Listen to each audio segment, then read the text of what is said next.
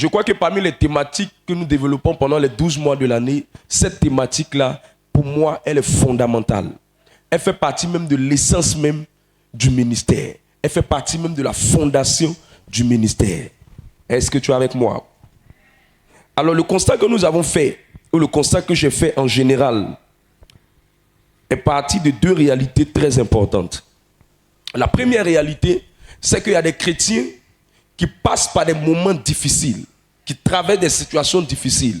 Mais quand on analyse la situation ou la circonstance ou l'événement qu'ils traversent ou qu'ils vivent, le but de Dieu, ce n'est pas qu'ils meurent dans ce problème. Le but de Dieu, c'est de faire en sorte qu'ils aient la domination, la victoire sur le problème.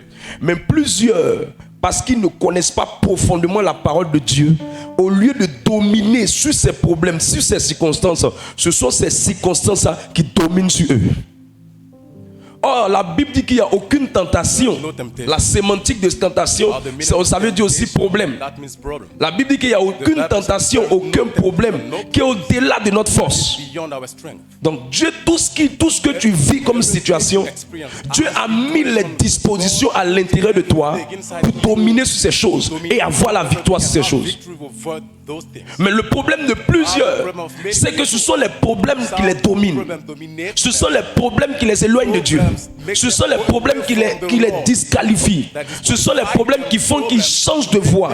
Hier, il était chrétien, après il devient autre chose. Ce sont les problèmes qui font qu'il perd sa concentration dans la marche avec le Seigneur.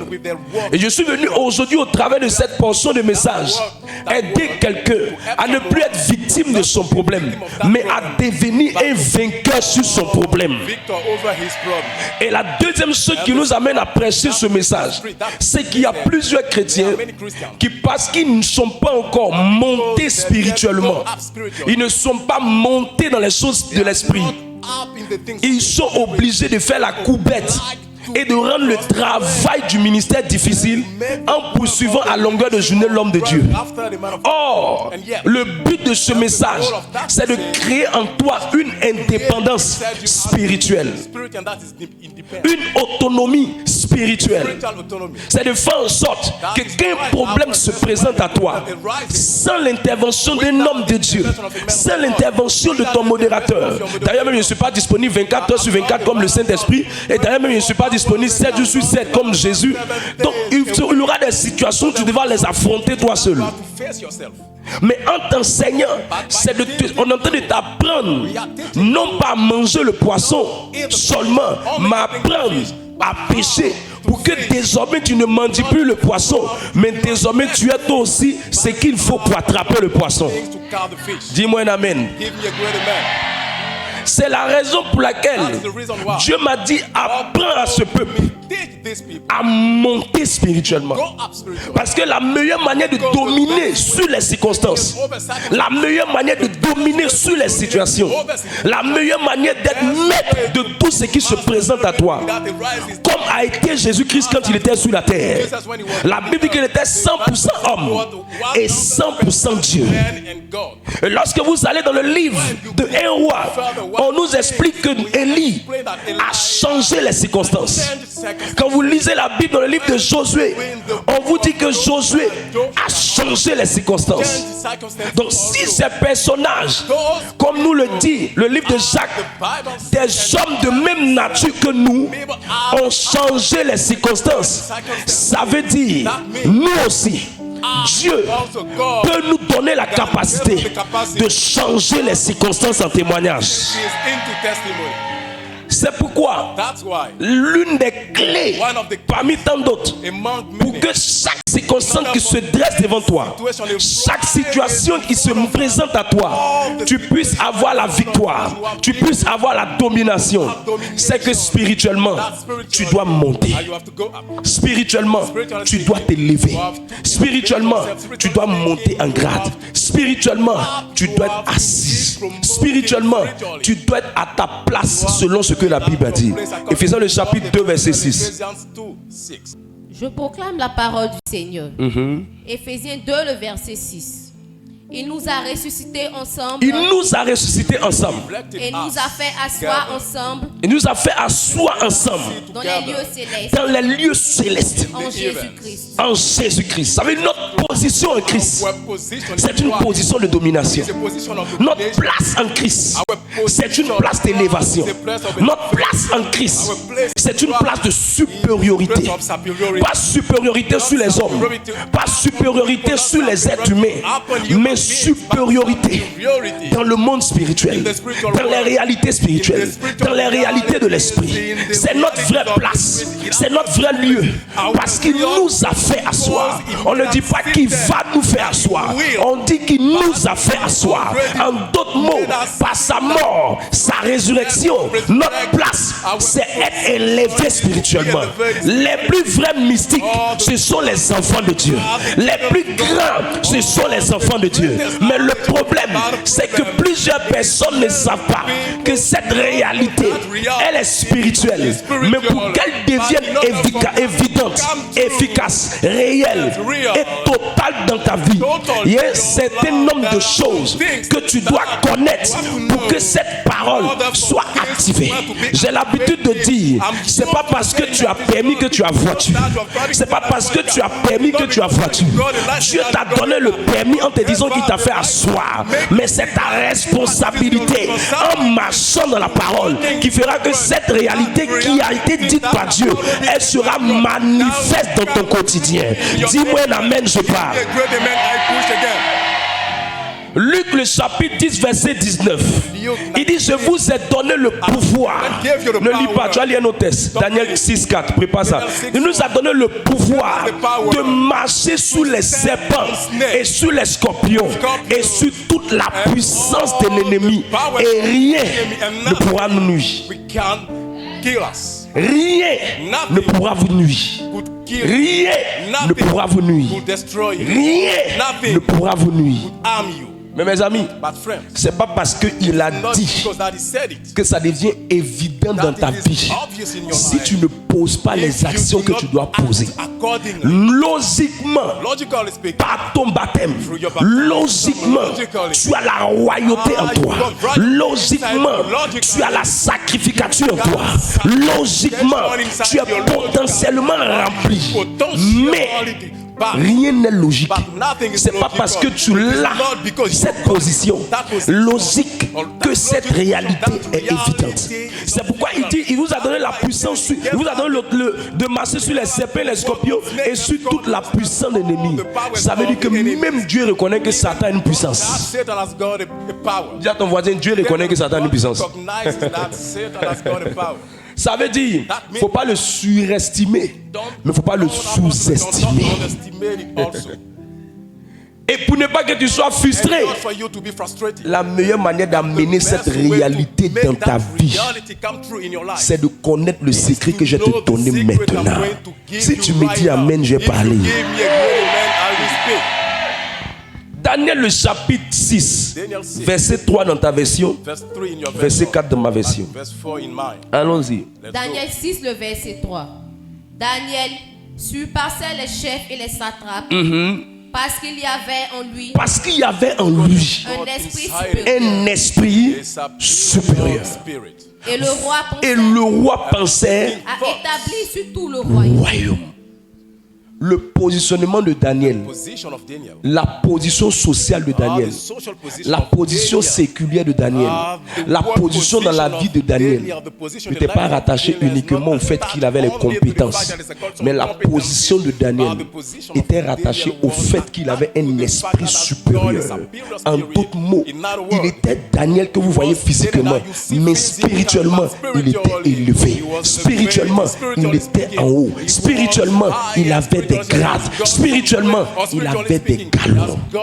Écoutez, si Daniel a eu besoin d'être élevé spirituellement pour pouvoir accomplir une grande tâche dans le royaume dans lequel il était, dans le gouvernement dans lequel il était, ça veut dire que souvent ce que tu attends de Dieu, Seigneur, donne-moi ça, Seigneur, fais ça, Seigneur, accorde-moi ça, c'est pas ce que tu demandes à Dieu le problème, mais c'est que Dieu a peur. C'est est-ce que tu as le niveau pour gérer ce que tu demandes. Est-ce que tu as le niveau pour gérer ce que tu demandes? Et tu me diras, mais homme de Dieu, et ceux qui reçoivent alors qu'ils n'ont pas le niveau? Écoute, soit tu apprends par l'enseignement, ou soit tu apprends par la vie. C'est toi de choisir. Les enseignements viennent comme des médicaments préventifs.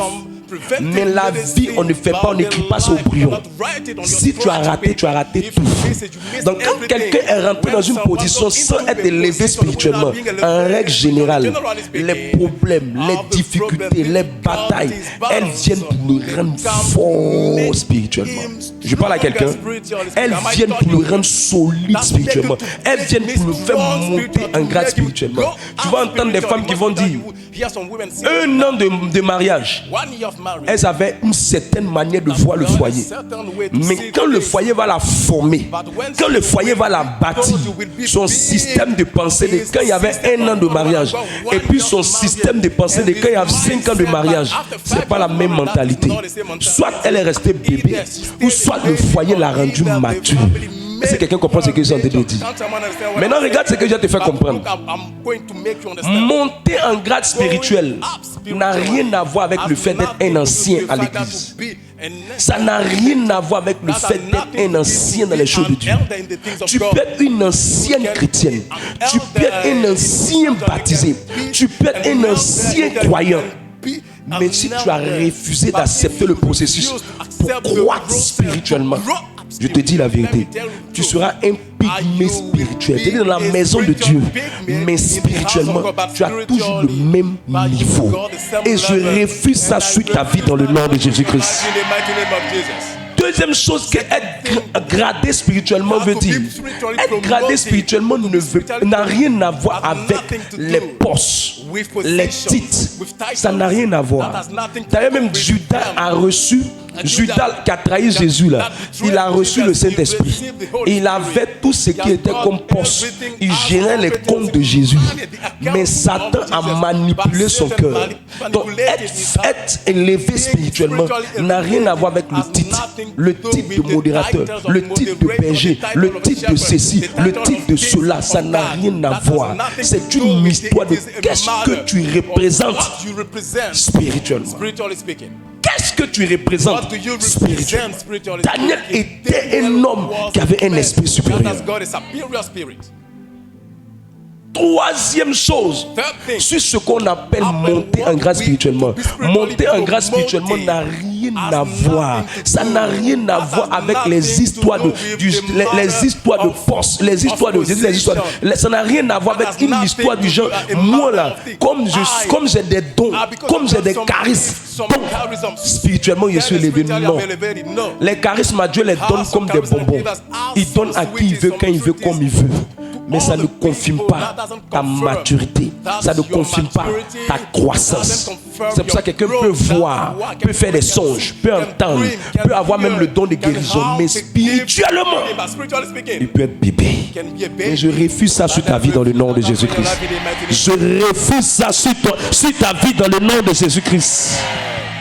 Un moment dans ta marche avec Christ, faut pas rester bébé, faut pas rester petit. Luc le chapitre 2 verset 52. C'est une décision qu'on prend pour dire moi je décide de grandir.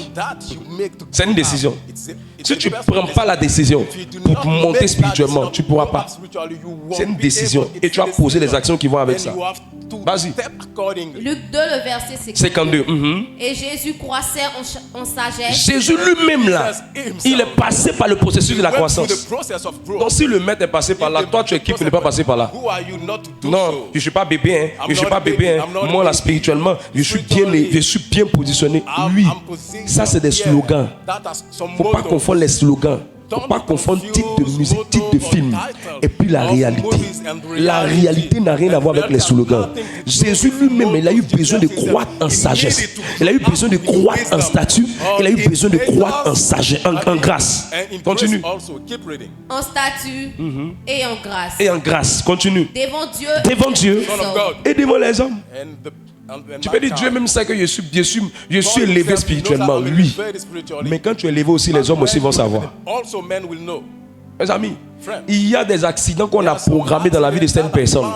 Même les sorciers dans leur couvent ont crié, lui là, si Dieu n'est pas élu, il ne peut pas sortir de ça là. Eux-mêmes dans leur couvent. Ça veut dire qu'ils ont déjà essayé ça sur d'autres personnes, ça a marché. Mais s'ils crient pour d'autres personnes pour qui ça n'a pas marché, c'est parce qu'ils sont arrivés à la conclusion que ça là, humainement parlant, c'est pas possible. Si Dieu n'est pas sa main sur une telle personne, c'est pas possible. À un moment, arrête de te plaindre de ce que tu n'as pas. Il faut te plaindre de ce que tu n'es pas. Arrête de te plaindre de ce que tu ne deviens pas. Il faut te plaindre de ce que tu n'es pas. Allez lire la Bible. Il dit, je connais Jésus, je connais Paul. Mais toi, qui es-tu? Les mouchoirs même de Paul guérissaient les malades. Mouchoir même souvent, même le mouchoir même de Paul était plus élevé spirituellement que certaines personnes. Cette affaire de grandir spirituellement là, c'est intentionnel. C'est toi-même qui dois prendre la décision. 1 Corinthiens 3, verset 1 à 3. Ah, je veux parler à quelqu'un. Est-ce que tu me permets de parler à quelqu'un? Yes. Ah, je veux parler à quelqu'un. 1 Corinthiens 3, le verset 1 à 3. Pour moi, frère, ce n'est pas comme à des hommes spirituels que j'ai pu vous parler, mais comme à des hommes charnels, comme à des enfants en Christ. Comme à des enfants en Christ. C'est que spirituellement ils sont bébés. Explique-moi comment Jésus peut dire, je vous ai donné le pouvoir de passer sur les scorpions, et puis des sorciers viennent détruire des gens, des fétichistes viennent détruire des chrétiens, des marabouts viennent détruire des chrétiens. Dans une entreprise, on prend le poste d'un chrétien. Explique-moi. Si la réalité de la Bible était évidente dans leur vie, cette chose n'arriverait pas. C'est parce qu'ils n'ont pas pris la décision de monter. Une soeur est venue me voir avec ce mari. Je lui ai dit, l'homme que tu veux marier là, dans sa famille, il y a des combats. Il y a des combats. Si spirituellement tu n'es pas élevé, ton affaire de prier un temps tu fais, tu es mélangé dedans là. Je te dis, laisse Dieu va t'amener quelqu'un. Lui là, il est déjà posé dans son affaire de Dieu. Il va t'attraper par les mains, vous allez avancer. Que d'aller te mettre dans des combats que tu ne maîtrises pas. Le problème, c'est pas le mariage. Le problème, c'est la douleur qu'elle va avoir dans le mariage que Dieu veut éviter dans sa vie. Il y a des gens, c'est pas. Regarde Daniel. S'il n'était pas élevé spirituellement, regarde les complots. Il n'y a aucune entreprise sans complot. Regarde les complots que les gens ont fait. Regarde la manipulation que les gens font. Il y a des gens qui disent, Seigneur, je veux que tu me lèves dans le monde du travail. Je veux que tu me positionnes dans le monde du travail. Je te dis la vérité. Ce n'est pas les chrétiens seulement qui sont dans le monde du travail. Ce n'est pas seulement les chrétiens. Et dans le monde du travail, il n'y a pas frère en Christ. Dans le monde du travail, il n'y a pas mon père. Dans le monde du travail, il n'y a pas ma soeur. Chacun est venu pour son argent. Tu marches sur son pied. Au prix de son salaire, il peut te faire quelque chose. Lis là-dessus de mon test. J'aime bien le test là. Je vous ai donné du lait. Je vous ai donné du lait. Non de la nourriture. Non de la nourriture solide. Car vous ne pouviez pas la supporter. Vous ne pouvez pas la supporter. Il y a des gens, même quand je suis en train de prêcher comme ça là, ce qu'il a dit là, c'est pour ça qu'il essaie de diluer. Parce qu'il y a d'autres qui sont au lait. Donc il faut essayer de rendre ça un peu en pâte comme céréales pour qu'ils puissent facilement manger. Donc je dilue. Quelqu'un qui dit, mais il faut avancer. Non, ils sont en train de diluer pour quelqu'un. Il y a quelqu'un là, s'il ne met pas un peu d'eau dedans, pour mouiller un peu, pour que ce soit un peu liquide, ça va pas bien entrer. Elle va entendre, mais elle va pas comprendre. Demain un peu d'eau encore. Continue le test. Et vous ne le pouvez pas même à présent, parce que vous êtes encore charnel. Ça veut dire que il dit il y a des choses qu'on ne peut pas te donner. Pas parce qu'on ne veut pas, hein, mais parce que tu n'as pas le niveau. Expliquez-moi. Explain. Expliquez-moi la raison pour laquelle The reason why. deux femmes sont sur la même table au marché. Une vend ici, l'autre vend ici. Expliquez-moi. Une ça va faire des pratiques. Une ne fait pas de pratiques. Et puis tu es étonné de voir que celle qui fait les pratiques là, elle gâte l'activité de l'autre. Où est Dieu? Si quelqu'un n'est pas enseigné ce qu'il dit, il va dire Dieu est injuste, c'est mieux aller faire médicament. Alors que c'est faux. That's not true. That's wrong. C'est faux. That's wrong. Dieu est omnipotent, omniscient, il peut tout, il sait tout, il est fort en tout. Knows everything, is the strongest. Mais est-ce que tu n'es pas resté encore charnel? Verset 3. En effet, puisqu'il y a parmi vous de la jalousie Il y a pas, mais c'est normal, s'ils sont des bébés, c'est jalousie qui sera entre eux. They are babies. et Continue. des disputes, Des disputes. n'êtes-vous pas Non, pas charnels charnel. Are you not carnal? et ne marchez-vous pas selon l'homme? Ne marchez-vous pas selon l'homme. Qu'est-ce que les gens vont penser de moi? Qu'est-ce que les gens vont dire de moi? Qu'est-ce que les gens vont penser de moi? Qu'est-ce que les gens vont dire? Les gens disent ça, les gens pensent ça. Et vous marchez selon l'homme, c'est-à-dire que vous marchez selon l'environnement. Vous n'êtes pas conduit par mon Not esprit. led by my spirit. Alors je suis venu aujourd'hui là pour faire que quelqu'un monte spirituellement. Someone to go up. Je suis venu pour révéler un secret qui va faire monter quelqu'un spirituellement. Will make someone go up spiritually. Le secret qui permet aux gens de s'élever spirituellement. Le secret qui permet à quelqu'un de dominer sur sa chair et de monter en esprit. Ce sont les grandes privations. Or, les grandes privations, l'une des premières grandes privations, c'est le jeûne. C'est le jeûne. C'est le jeûne. C'est le jeûne. C'est le jeûne. C'est le jeûne. Ta chair est nourrie par la nourriture physique. Mais ton esprit se nourrit aussi, parmi tant d'autres, comme la parole, se nourrit aussi du jeûne. Plus une personne jeûne, plus elle est élevée dans l'esprit. Ne commence rien sans commencer dans le jeûne. Le ministère de Jésus-Christ, qui est le modèle par excellence, a commencé à la montagne de jeûne. À la montagne de jeûne. 40 jours, 40 nuits. Quand il est ressorti, les textes bibliques disent en Luc 4, verset 14, qu'il fut revêtu de l'esprit. Qui l'a revêtu? Qu'est-ce qu'il a revêtu? Parce que le jeûne vous donne une autorité spirituelle. Voilà, ça revêtu de la puissance de l'esprit.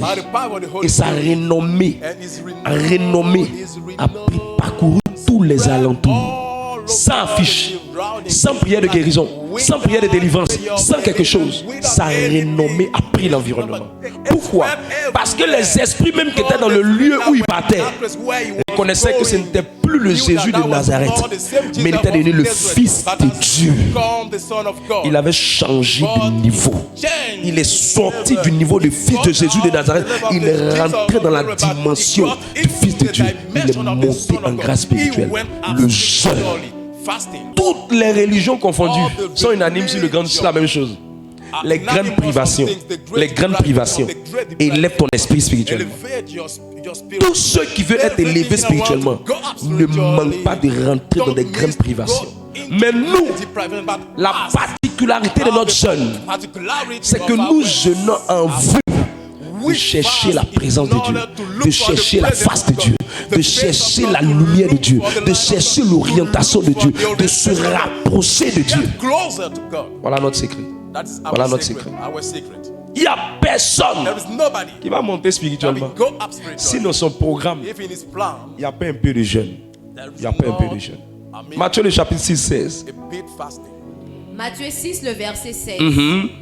Lorsque vous jeûnez, ne prenez pas un air triste, ne prenez pas un air triste, comme les hypocrites qui se rendent le visage tout défait pour montrer aux hommes qu'ils jeûnent. Pour montrer aux hommes qu'ils jeûnent.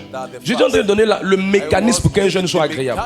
Mais là où je suis en train d'attirer ton attention, c'est que Jésus a dit lorsque vous jeûnez. Lorsque vous jeûnez. Lorsque vous jeûnez. Regarde, le lorsque est différent du quand. Le lorsque veut dire que le jeûne doit faire partie de ton quotidien. Lorsque veut dire que dans une vie normale, il faut qu'il y ait au moins un programme où on jeûne. Quelqu'un qui ne s'évertue pas à rentrer dans le jeûne, c'est une personne qui ne pourra pas dominer sur la chair. La chair est impolie, elle ne respecte personne. La chair ne regarde pas les titres, la chair regarde ses envies. Et la meilleure manière de la dompter, de la maîtriser, c'est de te lever spirituellement dans le jeûne. Je prie pour quelqu'un ici, que le Seigneur lui accorde la grâce de jeûner. La grâce de jeûner. La grâce de jeûner. Mes amis, tous les petits démons, les petits démons là, quand tu veux les chasser, il faut juste être quelqu'un qui est baptisé. Paf, ils vont partir. Mais il y a une catégorie de démons. Pour les chasser, il faut prendre le jeûne. Regarde, par exemple ici comme ça, vous voyez le nom Djorobité 1, Djorobité 2. Djorobité. C'est le nom, c'est le nom d'une entité qui est sous le lieu. Pour pouvoir élever un endroit où des gens vont venir prier, malgré la distance, il faut dominer la domination. Il faut dominer la principauté. Les petits démons là, au nom de Jésus, sortent pas. Mais les démons qui sont assis et qui sont propriétaires des territoires, propriétaires d'une famille, propriétaires d'une personne, depuis des années, avant même que la personne existe, il faut t'élever spirituellement. C'est pourquoi Jésus va dire en Matthieu 17, verset 21. Il dit il y a une sorte. Si quelqu'un te dit sorte, c'est qu'il y a d'autres sortes. Et Éphésiens le chapitre 6, 12 nous dit qu'il y a plusieurs catégories. Donc je ne peux pas comprendre quelqu'un qui dit que lui, il veut dominer certaines choses dans le monde de l'esprit. Il n'y a pas jeûne dans son affaire. Attention, c'est le plat que tu es en train de manger qui est en train de donner une autre direction à ta vie. Et tu as l'impression que Dieu est moins fort. C'est pas qu'il est moins fort. Dieu est fort. Mais le problème c'est que Dieu, pour manifester ce qu'il est, il a donné la domination à l'homme sur la terre. Je peux te dire quelque chose? Je peux te dire quelque chose? Souvent tu prononces des mots mais tu ne comprends pas. Dieu est esprit. Dieu là, c'est un esprit. Quand il veut travailler sur la terre, il a besoin d'un corps. Maintenant le corps avec lequel il travaille, ça dépend des dispositions du corps là qui permettent à Dieu de travailler facilement. Si le corps est plus disposé, plus il agit. Si le corps est moins disposé, moins il agit. Même toi-même qui es femme là, tu connais le même principe. C'est en fonction de la qualité de la casserole que tu prépares des plats. De la même manière, Dieu, c'est en fonction de la qualité du vase qui travaille dans la vie des gens. C'est pourquoi il a donné la terre aux hommes et le ciel est pour lui. Il y a des gens qui disent Dieu, manifeste-toi. Il dit ma fille, je t'ai donné l'autorité. Dieu, manifeste-toi. Il dit ma fille, je t'ai donné l'autorité. Tu m'appelles, je suis prêt à venir. Mais il faut me faire le passage pour que je vienne. Mais il y a trop d'achoukou dans ton corps. Il y a trop de dokounou dans ton corps. Il y a trop d'abolo dans ton corps. Il y a trop d'akassa dans ton corps. Il y a trop de riz et d'atchiké dans ton corps. Donc Dieu veut passer, mais pas passer. Regardez, tous ceux qui ont utilisé, qui sont allés manger dans les gabadromes d'avant, je ne sais pas si maintenant ça existe. Il y a une boîte dans la salière. C'est une boîte dans laquelle on met le sel. On utilisait ça avant pour le javel. Quand nos frères à Aoussa ont pris ça et qu'ils ont nettoyé bien dedans, et qui mettent le sel dedans.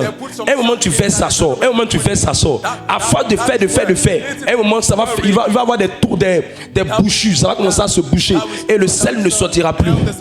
Qu'est-ce que tu fais? Tu enlèves la tête, tu nettoies bien, tu fermes. Quand tu fais ça sort. C'est la même manière. Dieu c'est le sel, mais le vase qui doit passer. Si le vase ne jeûne pas, ça passe pas. Il veut passer, il ne peut pas. He wants to go, but he cannot. Il veut passer, il voit la chair. C'est pour ça que Paul dit, vous êtes trop Chanel. Are you so carnal? Vous êtes Chanel, je veux passer, je ne peux pas passer. Go, but I cannot. Il veut passer pour faire les choses. Sinon, si Dieu descendait, c'est utiliser l'homme. On serait tous contents. Mais il a besoin d'utiliser. C'est pourquoi dans tous les tests, il y a 2 cas où Dieu cherche l'homme. Le premier cas, c'est quand l'homme l'Adam et le loup. La deuxième fois où Dieu cherche l'homme, c'est lorsqu'il a besoin d'un intercesseur. Tu entends tout, je cherche, je cherche, je cherche. C'est parce que Dieu doit utiliser quelqu'un pour faire quelque chose. Je prie que le Saint-Esprit donne l'esprit de jeûne à quelqu'un. Que le Saint-Esprit donne l'esprit de jeûne à quelqu'un. Alors il y a différents types de jeûnes que je veux te montrer. Le premier jeûne, qui est le jeûne important, qu'on appelle le jeûne de la repentance profonde, c'est le jeûne de 1 jour. Tu prends ce jeûne de 1 jour. Il y a 7 types de jeûnes. Le premier type de jeûne, c'est le jeûne de 1 jour. C'est un jeûne de réparation, de repentance que tu fais. Tu peux le faire avant de te confesser. Tu peux le faire pour aller te confesser.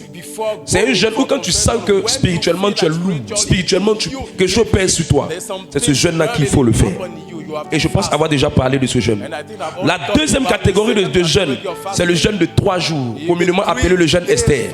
C'est le jeûne où vous priez pendant 3 jours, 3 nuits, 3 jours, 3 nuits, sans manger, sans boire. Quand vous allez lire le livre d'Esther, vous allez vous rendre compte que ce jeûne était dedans. Quand vous allez lire Acte 9, vous allez voir que Paul aussi a appliqué ce jeûne. À quel moment on fait ce jeûne? C'est le jeûne que nous faisons pour débloquer des situations de crise ou pour rentrer dans un combat spirituel. La plupart de ce temps de jeûne, c'est des jeûnes qui permettent de se préparer par rapport à un don spirituel que vous avez. Vous voulez rendre ce don-là aiguisé, vous prenez 3 jours de jeûne pour aiguiser ce don, pour rendre ce don tranchant, pour préparer. 3 jours dans la prière. Oh Dieu, aide-moi, équipe-moi, remplis-moi, sature-moi. Et tu fais ce jeûne-là pour aller faire une mission. C'est ce jeûne-là que tu fais pour aller rendre ministère. C'est ce jeûne-là que tu fais pour une intervention, pour un cas urgent. Amen. Le troisième type de jeûne, c'est le jeûne de 7 jours. C'est le jeûne de 7 jours. C'est un jeûne de supplication pour renverser les condamnations. Quand vous allez lire le livre de 2 Samuel 12, verset 16 à 17, c'est ce jeûne-là que David a fait lorsqu'il y avait une malédiction dans sa famille. David s'est levé, il a pris un jeûne de 7 jours. On dit le 7e jour, David est entré. Le 7e jour, David a commencé à voir les effets du jeûne. C'est un jeûne de supplication pour renverser les malédictions, renverser les condamnations, détruire les sanctions et les malédictions qui pèsent sur ta vie ou sur un endroit bien défini. Pourquoi le jeûne de 7 jours fait ça? Le jeûne, c'est le jeûne de 7 jours, c'est le chiffre 7. De façon prophétique, c'est le chiffre de la plénitude. C'est le chiffre de la plénitude. C'est le chiffre de la complétude. C'est le chiffre de la perfection. Donc, quand on prend un jeûne de 7 jours, c'est un jeûne pour ouvrir une nouvelle porte, entrer dans une nouvelle saison. Parce qu'après 7, la prochaine porte, c'est 8. 8, c'est une nouvelle saison. Donc, généralement, le jeûne de 7 jours vient pour clôturer un cycle et ouvrir un autre cycle. Donc lorsque vous voulez entrer dans une nouvelle saison, lorsque vous voulez entrer dans un nouveau, vous entrez dans un nouveau pays, lorsque vous entrez dans une nouvelle relation, lorsque vous entrez dans un nouveau mariage, lorsque vous entrez dans un nouveau poste, lorsque vous voulez entrer dans une nouvelle dimension, ce jeûne-là est très important, le jeûne de 7 jours. Chaque nouvelle saison dans laquelle tu veux entrer, prends le jeûne de 7 jours. On ne peut pas te donner un poste, un nouveau poste, tu te lèves comme ça, tu t'assois. Non. Il faut t'organiser, il faut te discipliner pour prendre un jeûne de 7 jours avant de rentrer. C'est pourquoi à partir de la semaine prochaine, nous entrons dans 7 jours de jeûne et de prière. Acclame Jésus si tu es content. Nous venons de finir un semestre. On rentre dans un nouveau semestre. Alors on veut se recharger. On veut se régénérer. On veut rentrer dans une nouvelle onction. Parce que nous reconnaissons une chose. On ne peut pas mettre un vin nouveau dans de vieilles outres. Donc on a besoin de mettre le vin nouveau dans de nouvelles outres. Alors je prie que pendant ces 7 jours, tu sois avec nous tous les soirs. Et tous les soirs, on sera ici du lundi jusqu'à dimanche. Dimanche avec l'apothéose. On est ici dans la prière. Lundi soir on est ici. Mardi soir on est ici. Mercredi soir on est ici. Jeudi soir on est ici. Vendredi soir on est ici. Samedi on va voir. Dimanche on est ici. Ça sera vraiment merveilleux. Est-ce qu'un jeûneur peut acclamer le Seigneur? Dis à ta voisine qui n'acclame pas, s'il avait parlé de ton mariage, tu allais acclamer. Talk about your marriage, you will clap. Alors le quatrième jeûne, And the fourth fast, le quatrième jeûne, c'est le jeûne de 10 jours. the 10 Daniel le days chapitre 1 verset 12. Daniel 1:12. Daniel le chapitre 1 verset 12, allons vite. Daniel 1:12. Daniel 1, le verset 12.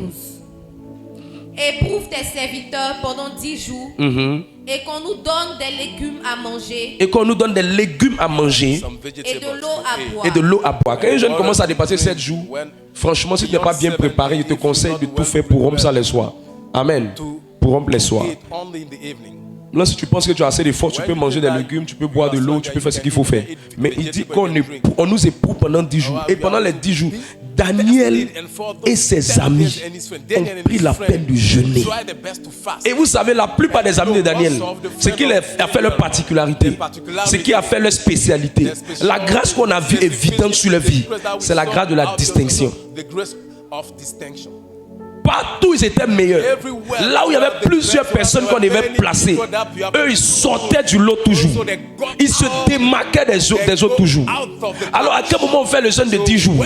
Lorsque vous devez être choisi pour un concours, pour un test, pour une affaire, pour un projet, entrez dans le jeûne de 10 jours. Parce que le jeûne de 10 jours va vous donner ce qu'on appelle une onction de distinction. Ça va vous donner une onction de distinction. Pour les concours, pour les examens, pour les tests. Chaque fois que tu sens qu'on doit te choisir, on doit te sélectionner parmi plusieurs personnes. Rentre dans 10 jours de jeûne et de prière et prie dans cette saison. Prie dans cette position. Prie et cherche le Seigneur. And look for the Lord. Est-ce que je peux ajouter? Can I add? Allons-y avec le prochain jeûne. Let's go with the Le next prochain one. jeûne, The le next 6e, one. c'est ça, non? Le 6e, The fifth one. 5e jeûne, merci. Tu suis en classe. Nous avons le jeûne de 14 jours. So the 14-day Actes des Apôtres 27, verset 33 à 34. 27, 33 to 34. Acte 27, le verset 33.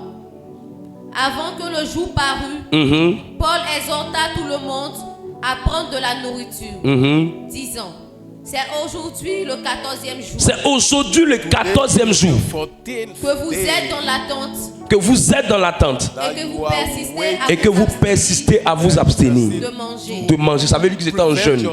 Et c'était au 4e jour. Verset 34. Je vous invite donc à prendre de la nourriture, Je vous invite donc à prendre de la nourriture, car cela est nécessaire pour car votre cela est salut. nécessaire pour votre salut. Et il ne se perdra pas un Cheveu cheveu de la tête d'aucun. d'aucun de vous. C'est le jeûne que Paul a fait lorsqu'il y avait une tempête qui s'est levée contre le navire dans lequel il était. Ils étaient sur le point de mourir. On the brink to die. Et un bon jour, Paul a dit il faut qu'on rentre dans 14 jours de jeûne. Ils ont commencé à chercher Dieu. Chercher Dieu. Chercher Dieu. Chercher Dieu. Chercher Dieu. Dans le jeûne de 14 jours, c'est le jeûne lorsque vous voyez une tempête se lever contre vous. Une tempête se lève contre vos finances. Une tempête se lève contre votre affaire. Une tempête se lève contre vos projets. Une tempête se lève contre votre foyer. Une tempête se lève contre votre business. Une tempête se lève contre la vie de vos enfants. Une tempête se lève contre tout ce que vous entreprenez. Quand vous voyez une tempête, elle apparaît subitement. Un problème que tu ne sais d'où ça vient sur toi, ça te souffle, ça te frappe et ça te prend en un seul coup. Quand tu constates ça, rentre dans un jeûne de 14 jours. Par la grâce de Dieu, le jeûne là va faire tomber cette tempête là dans le nom de Jésus-Christ. Le prochain jeûne, The next fasting, qui est le dernier, that is the last one. le jeûne de 21 jours appelé le jeûne de Daniel. 21-day fasting called Ce jeûne-là, fasting of Daniel. That il faut manger des fruits. Hein. you have to eat some fruits. C'est le jeûne que tu fais You have it. et tu décides de te priver des choses que tu aimes, des choses qui font ton plaisir. Tous les jeûnes, tu te prives des choses que tu aimes. Mais avec le jeûne de 21 jours, tu n'as pas besoin de faire ce jeûne-là à sec. C'est pas obligé. C'est pas obligé. Tu peux te priver des choses que tu aimes. Tu peux prendre des légumes, tu peux prendre des fruits, mais tu es dedans pour 3 semaines. Et à quel moment on fait ce genre de jeûne? C'est le jeûne que nous faisons pour renverser des décrets sur une nation, sur un pays, sur une famille, dans un quartier, dans un environnement. Tout à l'heure, je t'entendais de parler que chaque famille appartient d'abord à un esprit avant d'appartenir à Jésus. C'est quand un membre de de la famille appartient à Jésus. Jésus veut prendre tout le reste de la famille. Maintenant, il y a un combat avec l'esprit auquel la famille a fait alliance. Et Jésus. Et la personne qui veut les amener vers Jésus. Et le combat se fait. La guerre se fait. Et généralement, le jeûne de 21 jours va vous aider pour détruire ces décrets. Va vous aider pour renverser ces décrets. Et généralement, les démons gardiens qui sont derrière, les démons qui sont derrière vont te rendre lourd. Ils vont t'assoupir. Ils vont s'asseoir sur toi. Mais je peux te dire quelque chose, un secret dans le jeûne. Les jeûnes qui vont le plus te bénir, c'est des jeûnes où tu vas sentir plus de pression quand tu le fais. Souvent tu es étonné qu'il y a des nourritures que tu as l'habitude de manger. Mais le jour où tu décides de faire ce jeûne-là, c'est bizarre, mais cette nourriture-là te tente fortement. Ça veut dire que dans le règne de l'esprit, ce jeûne-là est en train de créer quelque chose que même tes yeux ne voient pas, mais que Dieu est en train de faire dans ta vie. Et c'est ce jeûne-là que Daniel a pris pour renverser la principauté. C'est ce jeûne-là que Daniel a pris pour écouter la voix de Dieu. C'est ce jeûne-là que Daniel a pris pour faire ce que Dieu lui avait confié de faire pour la libération de Jérusalem. À quel moment on fait le jeûne de 21 jours? Lorsqu'il y a une promesse dans ta vie qui est retardée. Dieu avait dit en 70 jours, il allait rebâtir le peuple, rebâtir le temple. Daniel voit que les 70 jours viennent, rien ne s'est passé, rien n'est arrivé, rien ne s'est fait. Donc il y a une promesse qui est retardée. On t'a dit qu'ils vont te livrer le colis d'ici la fin du mois. La fin du mois arrive, depuis là ça ne vient pas. On t'a dit qu'ils vont te donner cette affaire-là d'ici la fin du mois. La fin du mois arrive, tu ne reçois pas. Quand tu constates qu'il y a quelque chose qui est retardé, quand tu constates qu'il y a des retards dans ta vie, prends le jeûne de 21 jours.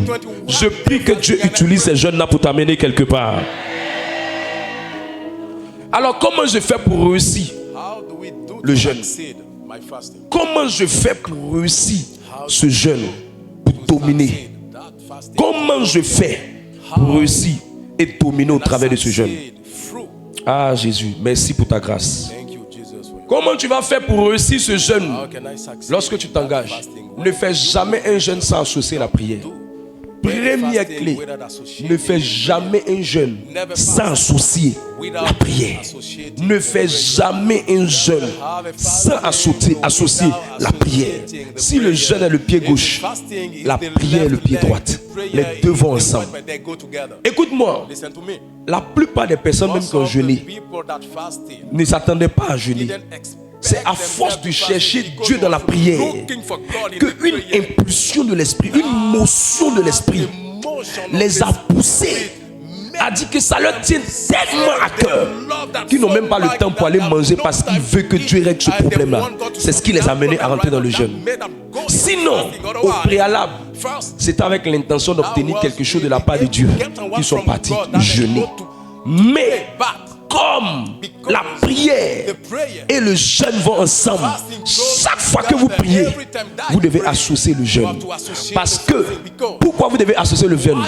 C'est pas ton ventre vide qui fait que Dieu t'entend. Tu es avec moi?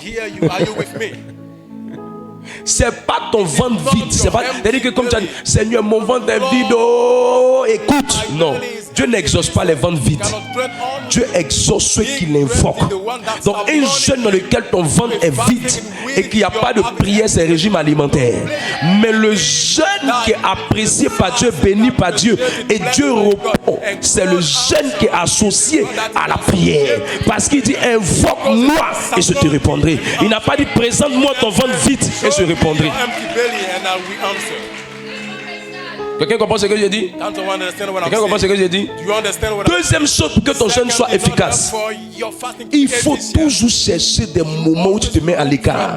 Un jeûne où tu n'es pas à l'écart, où tu es permanemment en train de parler, Facebook, réseaux sociaux, amusement, causerie, tu es dispersé, ça ne marchera pas. J'ai vu quelqu'un qui m'a dit qu'elle a fait 21 jours de jeûne. Mais sa vie même ne ressemble même pas à 21 jours.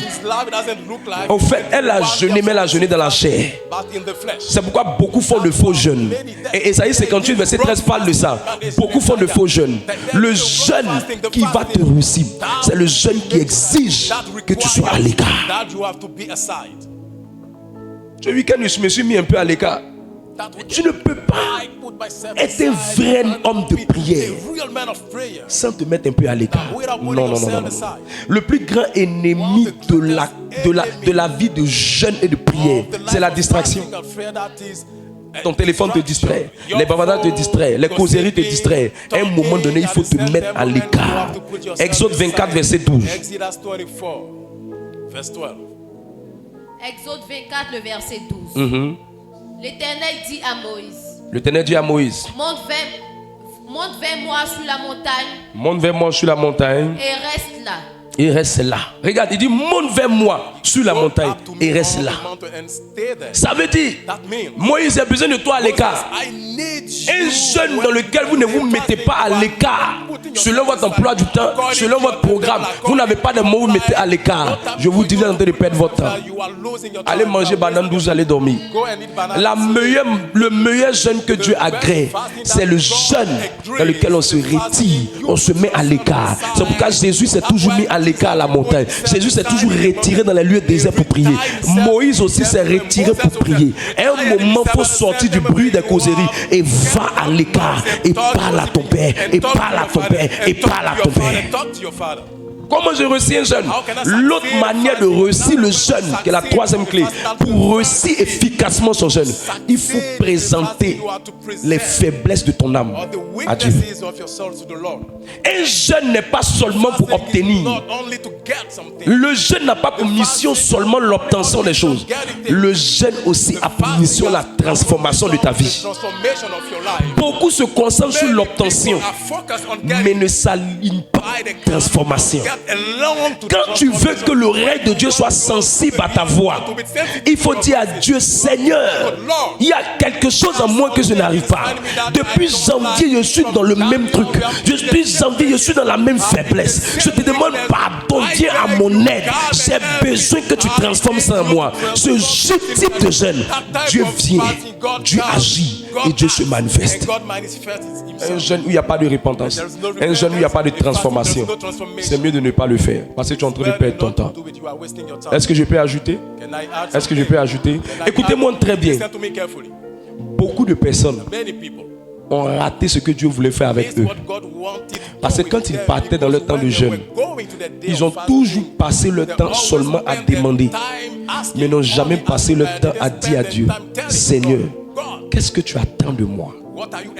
Je peux te dire quelque chose. Regarde.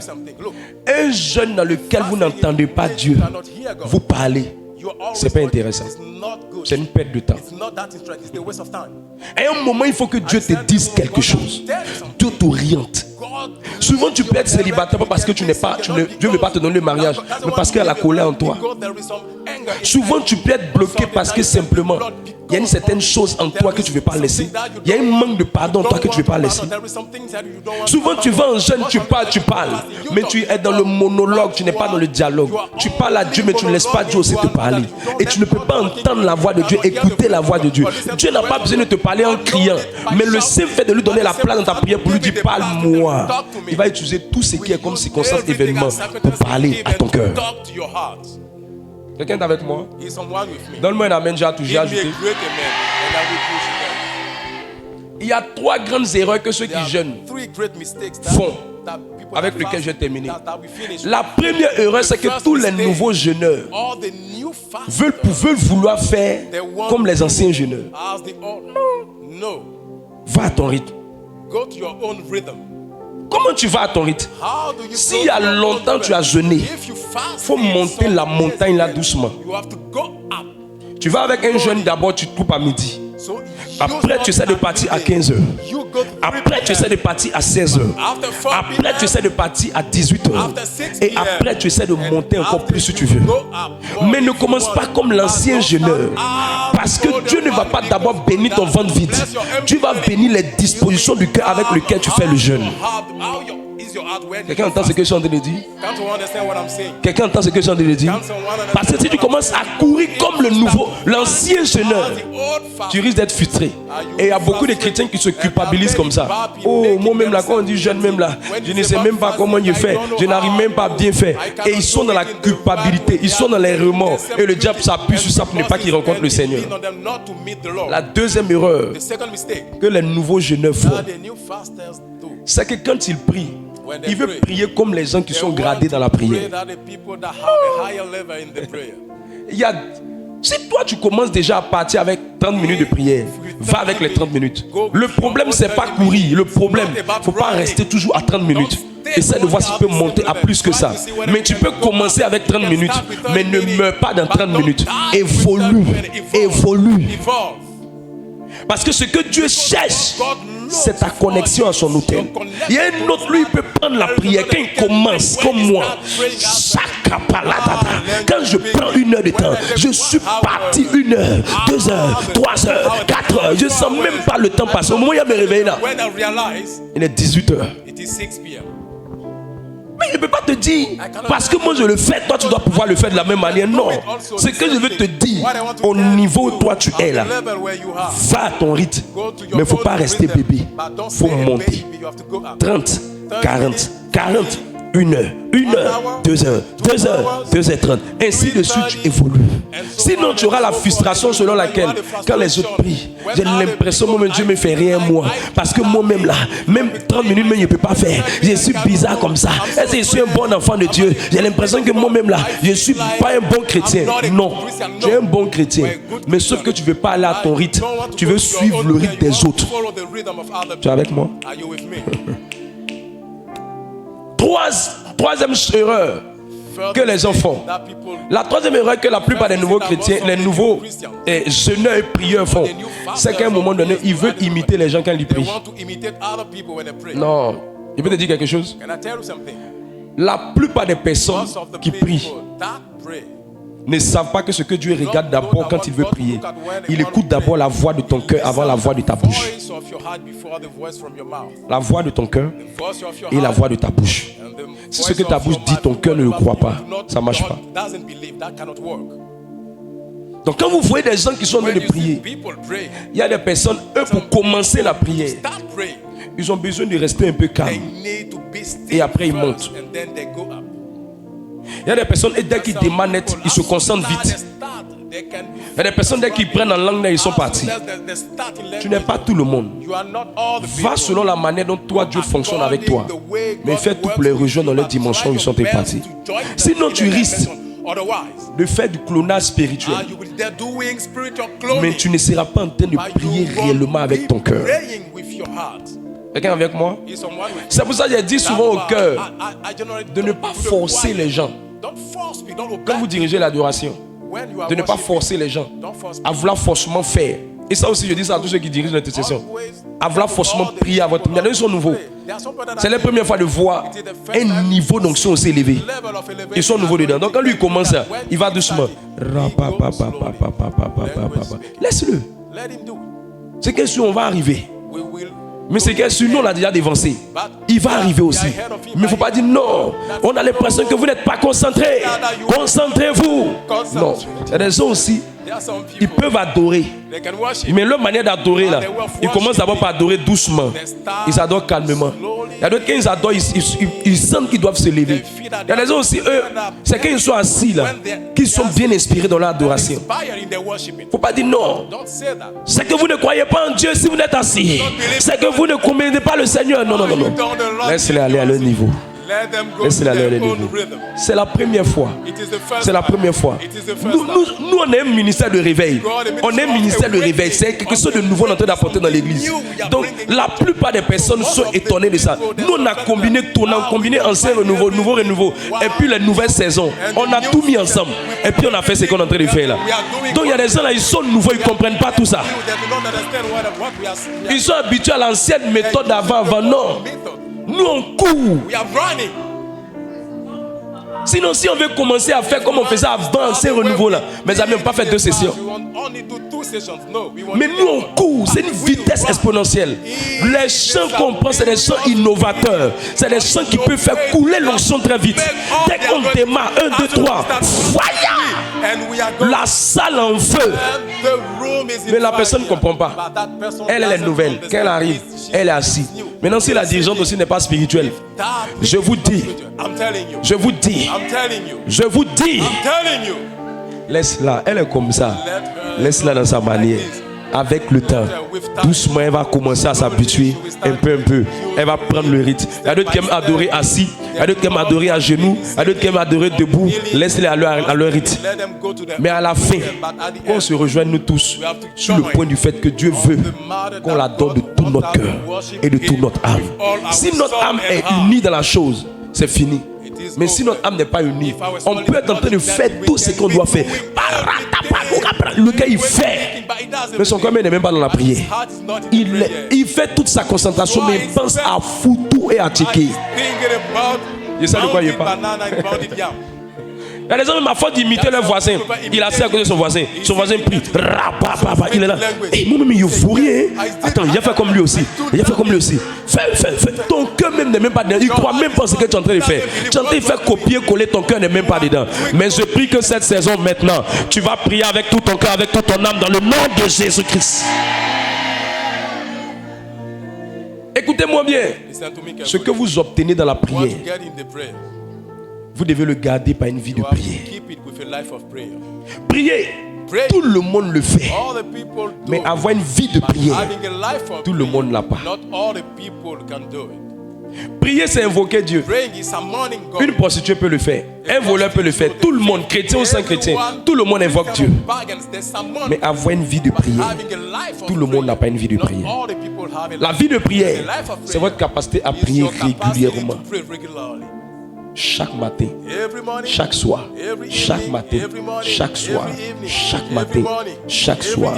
Et pour arriver à cette dimension, mes frères et mes sœurs, vous devez comprendre que tout ce que vous obtenez dans la prière, vous allez le garder par une régularité dans la prière. Beaucoup ont eu des enfants en venant à la prière, mais ils ont perdu parce qu'ils n'ont pas eu une vie de prière pour entretenir ce qu'ils ont reçu. Beaucoup ont eu le travail par la prière, mais n'ont pas entretenu la stabilité professionnelle au travers de leur vie de prière. Prier, c'est bon, mais avoir une vie de prière, c'est mieux. C'est pourquoi quand je te prêche, quand on va sortir de ce mois, on ne parlera pas de jeûne et de prière.